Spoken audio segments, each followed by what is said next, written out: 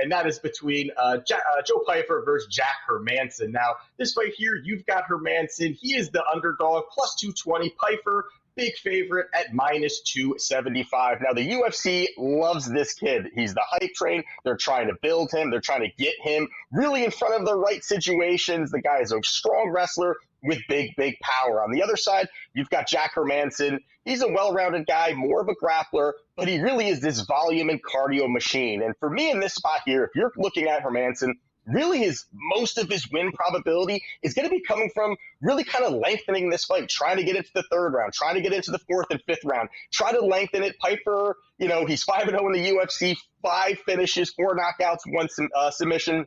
So if he can lengthen it, maybe there's an opportunity for him in that spot. And that is really a possibility for him, but really his main weapon in Hermansson is the grappling. He's good on the ground, good transitions. He's good when it comes to just submission hunting. Very, very good with that. His issue is his inability to get the fight to the ground. A 29% success rate on takedowns. Now, last week we talked about Imavov versus Delice on this show, and a big reason that we liked Imavov was because Delice, lethal on the ground, but he can't get it there, doesn't have the wrestling. This is kind of the same situation where I think this plays out more on the feet. I think there's more opportunity for Pyfer to keep it standing. He's got the wrestling and all those things. Also, when you look at it, UFC is giving Joe Pyfer Hermansson, and he's getting him at the exact right time. This is a great time for him to be fighting Hermansson. Still has a little bit of name recognition, still is a top contender kind of fighter. But overall, he's 35 years old, going to be 36 soon. He's coming off of a knockout loss, does not look good there. Plus, he has been on the shelf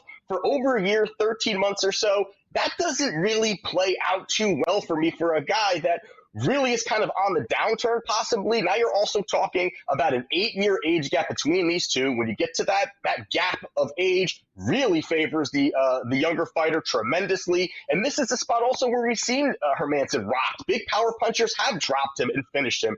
And also when you're looking at it is the wrestling that Pyfer has, I believe is the way that he can keep this standing, keep this on the feet, sprawl and brawl, have that power advantage, and really land the bigger shots. He's going to be more explosive. He's going to be more athletic. That's how he's going to keep this standing and finish this fight. So in this spot here, minus 275, we're going to get off that number, and we're going to go via knockout, plus 125. That number has come down a little bit. We are seeing money coming in on that, but I still like it. Plus 125 Pyfer via knockout. I think he gets the job done early.